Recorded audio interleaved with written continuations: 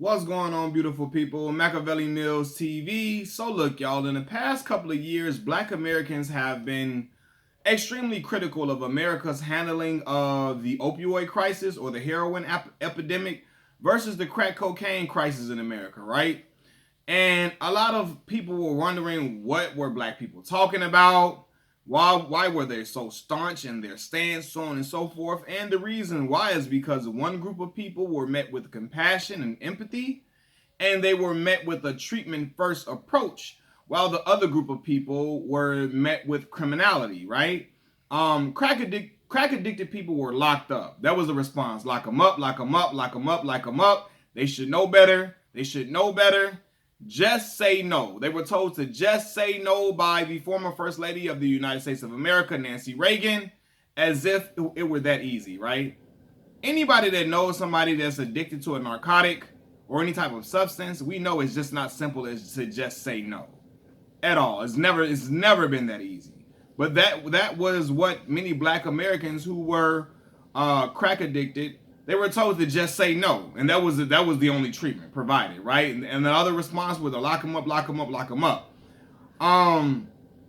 Black Americans like myself feel like narcotic addicts should be treated equally, all across the board, regardless of what they're addicted to.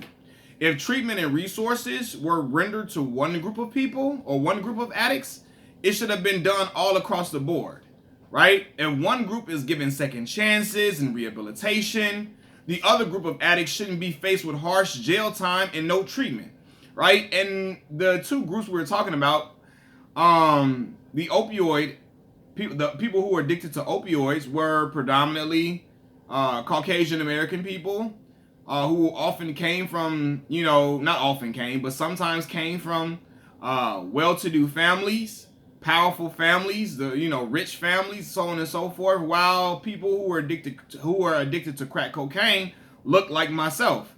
Black Americans who came from impoverished areas, who came from very, very dire circumstances, and they were given a cold shoulder, right?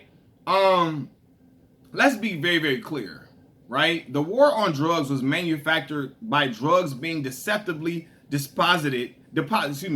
The war on drugs was manufactured by drugs being deceptively deposited in Black communities by the government. Let's be very clear about that. These drugs were placed in our communities strategically, and then you saw the ill effects of that, right?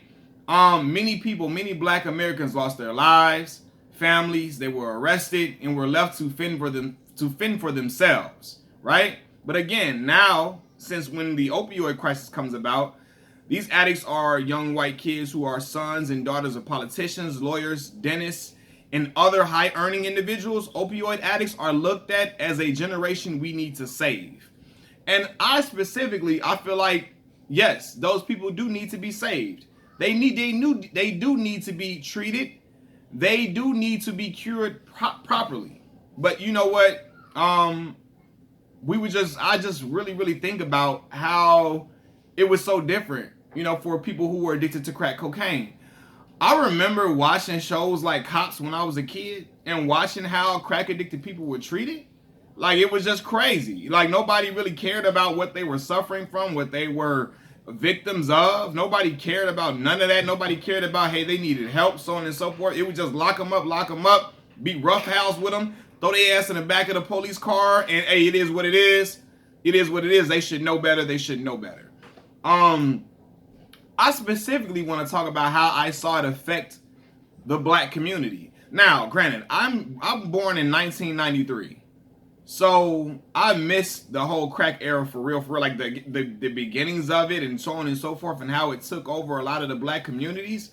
But I remember being a young man, and I remember seeing so many crack addicted people in the neighborhoods that, like in my grandmother's neighborhood, right? The neighborhood that my father grew up in. And as a kid, I never really thought about it that much. When I talked to my dad as I got older, I'm like, Dad, everybody that you grew up with, majority of them are all addicted to crack cocaine. And he was like, yeah, majority of all of them, Malcolm. Majority of all of them are addicted to crack cocaine. And it was so sad. Like, it's so sad to see, because some of these individuals are really good people at the core of themselves, but they just cannot help their addiction. cannot help their addiction at all, and it just consumed them, and it consumed their whole entire lives. Like, I'm not even lying. There were crack addicted people in the neighborhood that everybody in our neighborhood knew, right? We knew them I've known them since forever, since I was a little boy, because they were always in the neighborhood. They grew up in the area. They always did handiwork, like they cut grass, shovel snow for everybody in the neighborhood, so on and so forth, and everybody knew they were addicted to drugs. And it was apparent in their actions and their appearance and so on and so forth. But even when talking to them individuals, you could see that they weren't bad people. It was just that the drugs had just taken over them. And when I was a kid, right, I remember like discovering that, you know, these individuals were on drugs. And I would ask my dad like questions like, why do they look like this? Why do they look like that? Why are they not caring about their appearance? So on and so forth. My dad explaining to me, hey, they addicted to crack cocaine. And I remember as a kid only looking at them through that lens, like, okay, these are just crack addicted people, so on and so forth. And then I come to find, like, talking to my father as I got older, he telling me, like, look, nah, these men had wives. They had children. You know what I mean? They had houses that they were like, they had great jobs.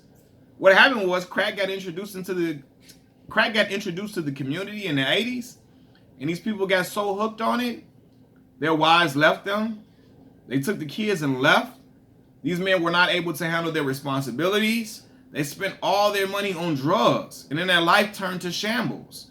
Now they were forced to live with their parents in order to survive, right? Like, I swear, like, it was so many people my dad telling me these stories about, and I'm seeing these people every day in the neighborhood, and I'm like, my dad, like, no, he had a wife. He had kids. You know, he just crack consumed his everyday life. And it got worse for them. Some of these individuals even got their wives. They were so addicted, they got their wives turned out on crack. Some of their wives overdosed and died. One individual my father told me about, man, this man, he was addicted to crack cocaine. He started to smoke it. He got his wife to start smoking it with him. His wife got so addicted and strung out on it, she left him for the dope dealer, right? The dope dealer. And my dad telling me, you know, the dope dealer was this real rich little white dude that used to come in the neighborhood selling crack or whatever. She started dealing with the dope dealer. The dope dealer started messing with her, you know what I mean? And he killed her. He killed her for taking some of his drugs. You know what I mean? And it was just like, wow, like it ruined these people's lives. It ruined their lives, man. Like, my dad told me stories about people selling drugs to their best friends' mamas, right? People selling drugs to their best friends' mothers. Men being so addicted to drugs, they're engaging in nearly trying to engage in homosexual acts because they just want the drugs so bad. So bad. Selling all of their kids things, selling their kids all type of toys, belongings, so on and so forth, selling everything, things that their kids needed all the time on a regular in order to get that next fix, in order to get that next high. So like it was crazy, man. And I only remember one individual who my father grew up with overcoming that. You know what I mean? And rising above it, and it's because he sought treatment himself. He sought treatment himself, looked for it himself. He was able to recover, and he's living a great life now. I'm so proud of him, love him so much. You know, but a lot of other people weren't so lucky. They weren't so lucky. They lost their lives. Overdosing. It was women in the neighborhood my dad knew overdosed on drugs. Got hooked on it, and it's just like their everyday life just, man, I mean, they lost custody of their children. You know, they for a while, the kids were just walking around, you know, without, like, looking like they were not taken care of at all because they were being neglected because the parent was so addicted to this drug that was deceptively placed in our communities. And these people just be like, and they got addicted to it. Like our black folks in the neighborhood, man. And the neighborhood I'm discussing is the Washington Heights neighborhood in Chicago, Illinois, South Side, man. Right where the Wild Hunters is, Washington Heights starts. It's in the midst, right where the Wild Hunters start at. You know, and with so many different individuals in the neighborhoods, man, and like. And I think about it all the time. Like, I'm like, man, I told my dad, like, wow, a lot of the people that you grew up with, like, a lot of them my dad is 66 years old. And he's telling me, yeah, man, like, it hit this community hard. It hit a lot of black people hard where they never could shake from it. It never could shake from it. And I was just, I don't know, man. It does something to me now as a grown man. As a kid, I couldn't understand it. I kind of just was looking like, oh, well, they made the wrong choices. But it's like these drugs were strategically put in our communities. These people got addicted. They didn't have any help.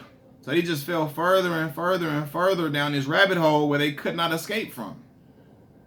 Where they could not escape from at all, man. And it's some of them are still around. And it's like wow, man. Like, and again, and it was some of them that, like, again, they know my family well and everything. And they were proud of me when I went to school and graduated and so on and so forth. And you know, and my dad telling me stories like how these people were living great lives beforehand. They were working individuals. They, you know, take care of their responsibilities, so on and so forth. But when crack cocaine got introduced to the hoods, you know what I mean, to the community, it did something. So it just took a negative effect on people. Like the sense of community kind of got lost within that because people just people start stealing from people. Just to get that next high, like breaking into garages to steal things from people just to get high, just to get high, just to get high. You know, their morality escaped them because they were just so fixated on wanting to get this drug. It was just like morality was just all out of the window at times for them. And you know, that's why you see black folks so upset because they just remember how this crack cocaine destroyed so many people's lives. On the regular, y'all. I've heard stories about people, even like, I'm talking about like women selling their bodies to the dope dealers to get crack. To get crack, man. Selling their bodies to the dope dealer to get crack. Having sex in exchange for crack cocaine. You know, I heard a story about a man. My father told me his mother passed away. Set him up in a nice house, a real nice house. All he had to do was pay the utilities. Mortgage paid off, just pay the utilities and all of that. Everything would have been fine. He couldn't even do that. She left him a large sum of money. He just spent it all on drugs. He spent it all on drugs and having people all in the house, getting high. Ended up selling a very nice luxury car. Not selling it, giving it to the dope dealer in exchange for crack. A nice luxury car, beautiful car, my dad told me. He gave it to the dope dealer to get some more drugs. Couldn't keep the lights on, the water running, or nothing in the house because his primary focus was just getting high off crack cocaine. That was it. That's all he looked forward to every single day of the week. Getting high. That was it. And it was just like, wow. He like, man. And my dad told me when the mother gave that to the man that I'm talking about, he was like, I knew he was going to do that. Because by that point when she passed away, he was already hooked on it. He was trying to function regularly, trying to go to work. But my dad saw him going downhill at that point. He like, I saw him getting deeper and deeper and further into it. And then when his mother passed away, it felt like he started going further into it more, and maybe because of being depressed from the death of his mother, but also because he was already doing it, and I guess he just was something that a coping mechanism that he used to try to deal with the death of his mother. And then he lost it, couldn't pay on the house, lost the house, you know, and lost the luxury car she left him, so on and so forth. And it's just like, now his life was just in shambles after that, man. So when you see black people be angry about the difference of how the two groups of people were treated, that's why. Not because black people feel like that, you know, the white victims of opioids shouldn't be treated, because they should be treated. They should be handled necessarily. They shouldn't be treated as criminals first. They should be treated as people who are suffering, people who have an addiction, and they should be treated with a treatment first approach. But we just wish we rewind the hands of time, and that could have occurred with black people in the black communities, because it just wasn't rendered. Those services weren't rendered to black American people who are addicted to crack cocaine after the crack cocaine was placed in the hood strategically. You know, and that's why you see some people talking passionately about it, because we've seen these people, man. People have families and kids that went to college and did great things. They have grandchildren that they don't even speak to because they lost touch with their children because they got crack addicted over the years, and they still on it, and they can't shake it. And the parents, the children don't really want to have anything to do with them, or they're ashamed to be around their children in that state. They're not ashamed to where they can't shake the drug. They can't shake the drug, right? But they're too ashamed to be around their children or grandchildren because they know they can't shake it. And I don't know, man. It's just a sad thing all across the board, man. But that's how the crack cocaine epidemic, how it did the community that my father was raised in, and I saw it, and I saw the effects of it, and I'm like, wow. Like, it boggled my mind, y'all. Like, I promise y'all, my dad, all the people, majority of the people my dad grew up with, majority of them are still hooked on crack cocaine to this day, if they aren't deceased. And I'm just like, it's like, man, it just did a number on people. And it's just sad to watch, to see the people that I've seen on a regular basis, to know, because again, I didn't know they had families. I didn't know they had jobs. I didn't know none of this stuff. And it's just like, wow, man. Crack cocaine was the devil to black folks, man. And it wasn't treated like the devil. It was treated like the black folks were the devil instead of the drug itself that was strategically placed in the hood, man. Machiavelli Mills TV, I'm out. Peace.